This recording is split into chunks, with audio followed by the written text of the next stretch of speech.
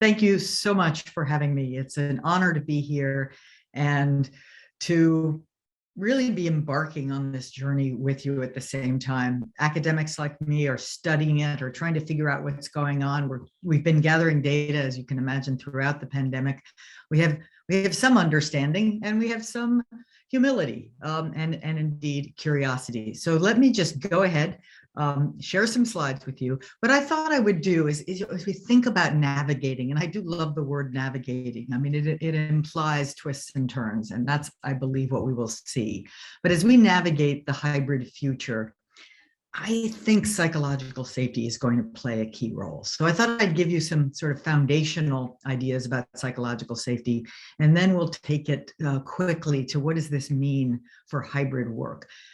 Some aspects of the social psychology of hybrid work are very similar to the social psychology of in-person work or remote work, but there will be some crucial differences. So let's dive in.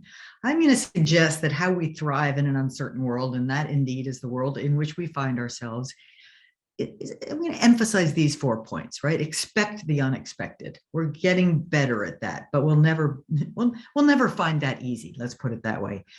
The need for everybody to speak up fearlessly and to encourage each other to do the same. The growing importance of an ability to build trusting relationships in what I call shifting collaborations, because I think that's what we're stuck with, and that will be exacerbated by hybrid work. And finally, I'll just end with a notion about why this is really doable. Scientists have been embracing the right mindset, at least good scientists, that you need to navigate the uncertain future for a very long time. So we're going to say, what are the essential aspects that they embody, that you can embody as well. All of us, including indeed, face undeniable challenges, increases in novelty. How many of you are facing problems you need to solve that you hadn't even heard about 2 years ago, right? There's an undeniable increase in new problems, let's say. Uncertainty, yes, right? Uncertainty is greater than it's ever been. Interdependence has grown. And by that, I mean the reality and our awareness of the fact that something can happen around the world and upend our best laid plans. And finally, stress, I don't think I even need to explain that one. We're all feeling it, we're all under it. But what does that mean? What does that call for? Well, I think it calls for rethinking how we work. With more novelty, we need more creativity. With more uncertainty, more agility, more of a need to pivot on the fly. With more interdependence, well, that's an easy one. We need more collaboration. Easier said than done. So we'll look into what is the essence, especially from an interpersonal standpoint, of good collaboration, of productive collaboration. And finally, more stress, we need more resilience, more ability to pick ourselves up through the stress, to work together to support each other in being resilient in these challenging times. It starts with you. It absolutely does. So let's take these one at a time. Expect the unexpected. Here is a model, a framework that I think is helpful. The work you do likely falls somewhere on a spectrum here, from very well understood, which is fabulous work because fundamentally that's where the revenues come in, to well understood but still variable, uncertain, customized work, all the way over to the innovation work that helps us develop tomorrow's products and services. Now, I know these are just archetypes, they're not firm, fixed categories. There's more of a spectrum, as I said. But as we move to the right on the slide, uncertainty goes up. It's really important to just stop, pause, and think, how much, scientifically speaking, how much uncertainty do I face in the work that I do today? Why does that matter? Well, one reason it matters is that with uncertainty comes naturally, necessarily, an increase in failure rates. Now that sounds bad, but all is not lost, because a failure is not a failure is not a failure. There are at least 3 kinds of failures. I call them basic failures, where in fact we have a recipe for how to produce that car or make those cookies. And for whatever reason, we'll dig into it to understand, the recipe wasn't followed and we got a failure. Okay, we learn from it, we move forward. Then there are complex failures where we have expertise, we have knowledge about how to get the results we want, but this situation's a little different, or a bunch of factors lined up internally, externally in just the wrong way and produced a failure. Healthcare delivery, for example, is full of them. In the COVID era, supply chains are full of complex failures. Again, neither one of these are shameful. Both of them can be learned from, but neither one of them are causes for celebration either. Let's get that straight. Only the third kind, what I call intelligent failures, which are still undesired. We still wish we were right if we're the scientist in that lab, not wrong. But they are the undesired results of thoughtful, that means hypothesis-driven forays into new territory. These, in fact, we have to learn to embrace, to welcome, to say, and this is true for hybrid work as well. We try something, it doesn't work, that's okay. We were in new territory. Intelligent failures, you can't just call any failure you have intelligent and say, great, we'll celebrate. You have to follow the rules. And the rules are that an intelligent failure occurs in the pursuit of opportunity, whether that's the pursuit of making a new friend, developing a new product, or working out a new model for hybrid work. It's an opportunity to make things better. It's in new territory. You can't just Google the answer and find the formula. You have to discover it through trial and failure. And finally, it's testing a hypothesis, and it's as small as possible. You don't bet the farm in uncertain terrain. So intelligent failures, I want you to have this term because I think we're going to be seeing many of them as we navigate hybrid work. I think what this really is telling us is that we have to rethink what excellence means. Most of us have a kind of stuck mental model in our head that we inherited, let's say, from Henry Ford or the scientific management era, the industrial era, where excellence is just producing things flawlessly, right? Not so fast. In fact, I'm going to argue that excellence is a matter of doing your very best to minimize the basic failures, doing your very best to anticipate and mitigate the complex failures, and then finally, doing your best to increase the rate of intelligent failures and to promote them and celebrate them. Because you see, excellence, and I know your goal is, superb delivery, especially at the interface with the customers. But the only way you can do that in our complex, uncertain, ambiguous world is by catching and correcting error, deviation all the way through the work process. And that can only happen if people feel absolutely free to speak up about what they see might be off, about their ideas. And so the reality here is that things will go wrong. Sorry to be the one to break it to you. You know that already. Things will go wrong. And yet, by working, teaming together, you can still produce excellence in the uncertain path ahead. Very closely related to expecting the unexpected is, of course, the need to speak up fearlessly and to help others do the same. Now, forgive me for this, because to make my point, I'm going to give you a very old story, a very old cartoon. This is actually a cartoon from the New Yorker magazine from 1972. The human psychology has not changed. The demographics, thankfully, have. But here's this classic cartoon where the boss says, all those in favor, say aye. Let's imagine, because they look like a group of executives to me, that the decision they are making is strategically important. Let's say they're launching a new product or acquiring another company, right? The boss says, all those in favor say aye. And sure enough, oldest story in the book, people agree with the boss. Good social science, bad business. Now check out the thought bubbles. Of course, in real life, you can't see the thought bubbles, but guess what? They are there. And it's your job to know they're there and to figure out how to air them so we don't make basic failures as we're about to see here. So it's good social science. It's people agreeing with the boss. Might even add that homogeneity is a risk factor, because indeed it is. And finally, the boss looks pleased. Again, that's human nature, but it's a risk factor. So you can do better. You must do better. But here's the rub. Nobody at Indeed woke up this morning and jumped out of bed because they couldn't wait to start work today to look ignorant, incompetent, intrusive, or negative. Of course not. All of us would far prefer to look smart, capable, helpful, and positive in the eyes of our peers and our managers. And so there's an easy solution for us as individuals. It's called hold back. I don't want to look ignorant. I don't ask questions. I don't want to look incompetent. I don't admit weaknesses. I don't offer ideas. I don't critique the status quo. This is not a strategy for being a learning organization. That's not a strategy for navigating an uncertain future, but it is human nature. And so what's a manager to do? First, appreciate that impression management is second nature. Again, it's not unethical or bad behavior. It's just spontaneous behavior. And this is why we care so very much about creating an environment where people can, in fact, believe that their voice is welcome.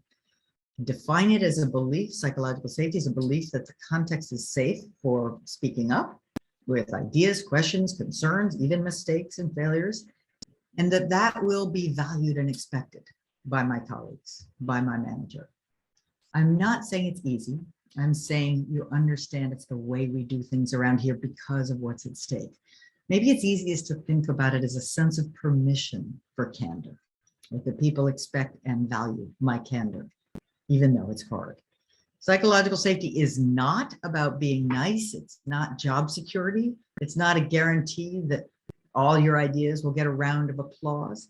It's not a license to whine, to complain and hope that someone else or expect someone else to fix the things that are wrong. It's not freedom from conflict. In fact, in more psychologically safe environments, we see more real, genuine debate. You would never see that cartoon happening. It's not, and this is important, and I'll come back to it, it's not permission to slack off. It's not the comfort zone.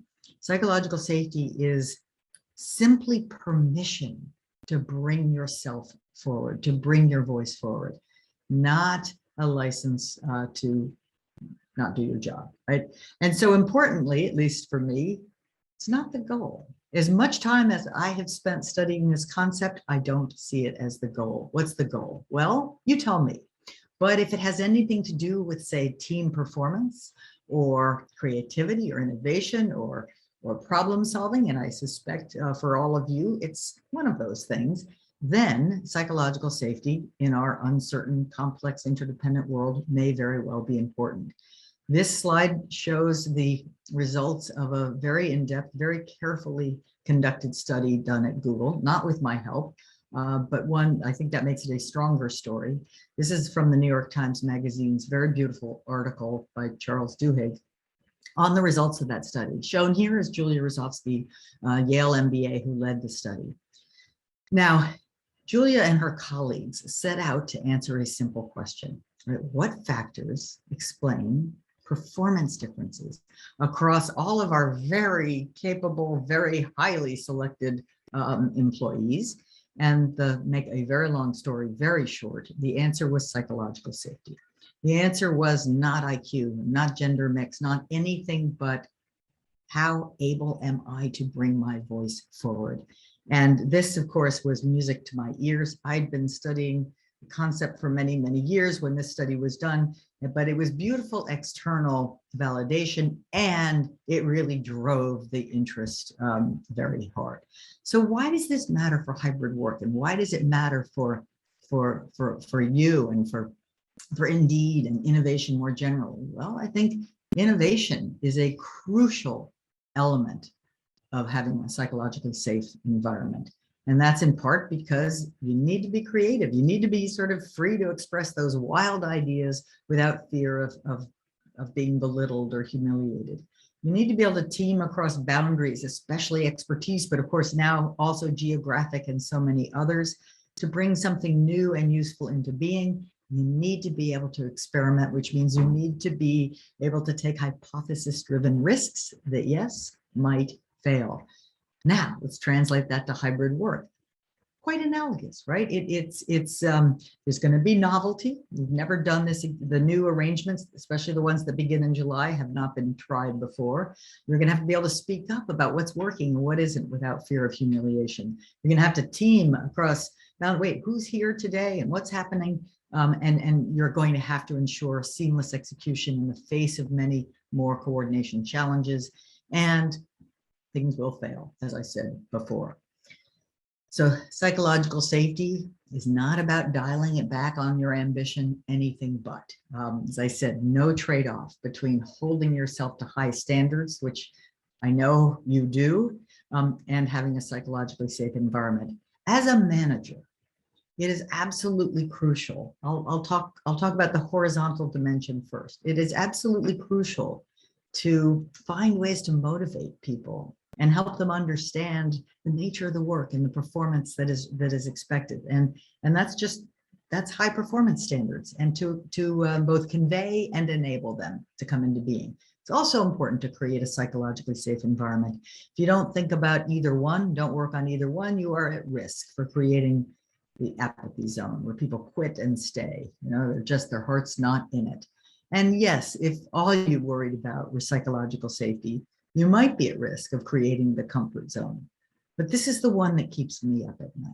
I call it the anxiety zone. And it's where people are motivated and smart and capable and afraid to speak up. And they hold back. When in doubt, hold back. This is the learning zone. This is where I think you need to be in general in our uncertain, complex world, but particularly facing the new challenge of hybrid work. It's going to be a learning challenge, no question about it. So this is now how we're thinking over the last few months, how we're thinking about how psychological safety works in hybrid teams. There's a kind of this shift that we now have to really embrace rather than push away. And Chris alluded to it when he said we're literally seeing a window into people's lives. The focus of psychological safety research for 20 years had always been on work content. You know, can I speak up about that medication error? Can I share that wacky idea around a new product? Can I dissent about whether the project is ready to launch? Those were all focused on work content, all the research. Today, we're having to broaden that because the boundary, as Chris said, between work and life has blurred, and we need to make staffing and scheduling and coordination decisions that take into account people's personal circumstances. You might have a daycare pickup. You might have a elderly parent who needs your attention. Please note that taking into account doesn't mean that employee preferences are now driving everything forward. The work is still in charge here, I would argue, but we need to take into account the needs of the work is the main driver, but the path ahead, that means, given that we've never done this before, is necessarily a learning process. That means the work will unfold iteratively. Bottom line, literally and figuratively, we can't just keep doing what we've been doing. And I would argue that is true for our remote work lives over the past couple of years as well. It's tempting to think, well, we got this. We've figured it out. We've had 24 months. I think if we don't take seriously the opportunity to reinvent ourselves again, we will be left behind. We'll be in some trouble. So I want to say generally, how do you create psychological safety to get this done? And what I'm about to describe is advice that I have given even before the pandemic. And there'll be some small shifts and some small flavors that we can talk about, but the essence of it is here. Reframe the work. That's what I essentially been doing for the last 10, 15 minutes, which is keep emphasizing the actual uncertainty, the actual interdependence, the actual coordination challenges that lie ahead, because that's a kind of invitation or an implicit invitation for voice. When I say reframe the work, here is a fundamental concept that Henry Ford would be appalled by, not this one, but the rest. Henry Ford thought, if you work hard and do what you're told, you'll get the result we want. If you don't, you won't. It was true on his assembly line. It's not true indeed today. You can do great work, beautiful experiments in a scientific laboratory, and because of irrevocable uncertainty, guess what? You still land a failure. You can mail it in and just get a success by sheer darn luck, right? So this is a very different way of thinking. Another example, right? This is Reed Hastings, the founder and CEO of Netflix. And he said, yeah, this candor thing, we've been working on it for a long time. We've been sending the message to our people that despite our talk about candor, differences of opinion, meaning the culture had been sending the message inadvertently, we didn't mean to, that differences were not welcome. So we added a new element, he says, to our culture. We now say it's disloyal. Disloyal to Netflix when you disagree with an idea and don't express it. Strong words. By withholding, you are choosing not to help. Wow, kind of tough love, if you will. But what he's saying is, he's reframing, and it's a pretty dramatic reframe, what it means to hold back. Most of us holding back don't think it's a terribly harmful thing to do. He's saying we consider it harmful. Big reframe. Here's one from healthcare, where an anesthesiologist named Jonathan Cohen, Dr. Cohen from Moffitt Cancer Center in Florida says, when someone points out my error, it feels good. Really?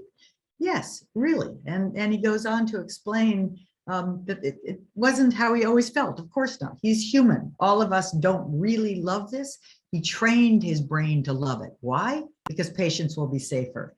And there's another non-altruistic way to think about it. He's saying it means, if people are doing it, it means I've done something right. I love that. Okay, so think about how that might work in your life. You know, ask yourself, what have I said today, or consider this week to date, this week, to reinforce the message in my team that anyone's voice could make a difference in solving a problem or preventing a failure?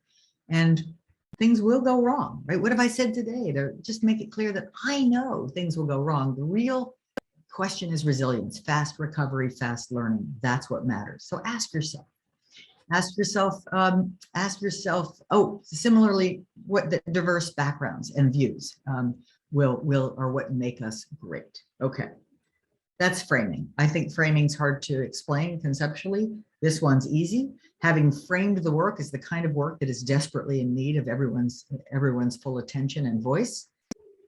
Go out of your way to invite it, right? Invite engagement proactively. What does that mean? Well, it means recognizing, and this is so important for managers, that the basic human challenge is it's hard to learn if you already know. And guess what? We're hardwired to have that visceral experience of knowing. I think, even at this moment, I think I see reality. I don't. I see reality filtered through my experiences and background and expertise and so much more. And so inviting engagement means being able and creative enough to ask good questions. Good questions I will define as the kind that focuses on the issue at hand, that invite careful thought and give people room to respond. Let me illustrate. Some good questions are the kind that help us go broad. Like, what are we missing? What do others think? My favorite, who has a different perspective? It's my favorite because I often hear managers say, does anyone have a different perspective? Which suffers from being a yes/no question and from inadvertently putting the hurdle too high. Like somebody's got to kind of admit that they're the one. This one implies any one of you might have the treasure. I just don't know who. And then, of course, they're the kind that help us go broad. You know, what leads you to think so? Great suggestion, interesting suggestion. Can you walk me through it? What might happen if? Right. So just these are examples of good questions. So ask yourself, how often do you pause? You pause to remember that I don't know. How many good questions have you asked today? Right? And finally, respond productively. You've set the stage, you've reminded people, like Reed Hastings, we absolutely need to hear from you. It's disloyal if you don't speak up. You've asked good questions, which bring those voices in. Now, how do you respond at the first bad news, at the first disappointing result of your hybrid work? My answer is respond productively. Let me tell you a very short story. This is Alan Mulally, who famously turned Ford Motor Company around from a moment when he came on board of planning or expecting $17 billion in losses that year. That was a billion, to a financial turnaround. What did he do? Well, of course, he started by framing the work. He told the team, "Hey, we're in real trouble, as best I can tell. Tell me what isn't going right." Good question. What isn't going right? Deathly silence. That, by the way, he heard nothing but good news for a couple of weeks. Finally, someone took him up on it. Others heard Mark Fields telling a very bad news about a new product launch and expected him to be fired on the spot. That, of course, is not what happened. What happened, and I call this a productive response, was that Mullally said, Mark, thanks for that clear line of sight. How can we help? See, that's the very essence of a productive response. It's appreciative. It's not fake. It's not, oh, wonderful. It's not wonderful. It's very bad news, but thank you for that clear line of sight. It's a very genuine, very important statement. And then forward looking, how can we help? Not how the heck did that happen? Now, I am a big fan of after action review. We will take the time to look into this later, but your very first reaction must be looking forward. How can I help? And as Mullally puts it, you've got to make the bad news, the honest feedback, a positive experience because it isn't naturally so. I've got to demonstrate with my behavior that I welcomed it. Beautiful example of that. So ask yourself, how do I usually respond to bad news? You're human, you can't help it. We're all fallible human beings. Take a deep breath and do better, right? What will I do going forward to respond appreciatively, constructively to whatever happens to foster learning and agility? And so this, I can really summarize this by saying, keep it simple. What does that mean? It means frame the work, building shared understanding of the complexity that lies ahead. That, as Chris said, that's an act of humility, not false modesty, humility. In fact, I do not have a crystal ball. Situational humility. Inviting engagement, that's a simple act of curiosity. You know, I genuinely want to know. I can't see your thought bubbles. Therefore, I can only learn about them, and I genuinely want to know by asking. And finally, empathy is the wisdom to be able to put myself in your shoes and know how I want you to react to me, where I bring the bad news or the crazy idea. So these practices take practice. Situational humility, genuine curiosity, radical empathy. You know, look at this list and ask yourself, ooh, which of these might be most challenging for me? You'll need all three in the future, the hybrid future. This is just a quick point, but building trusting, psychologically safe relationships with strangers doesn't come naturally.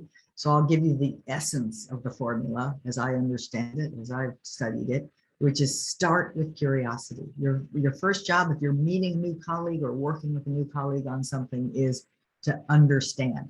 Not their whole life story, that might be nice for another time, but what is it you really need to know? What they're trying to do, their intentions, what they bring, their expertise, their resources, their time, and what they see, what they're up against, the context from their point of view. And then seek to be understood. The exact same, the mirror image. The beauty of this formula is it can be done in 3 minutes, right? It can be done 3 each. Probably you don't even need that, but sometimes it's the point being it's not time consuming. So building trust in hybrid work.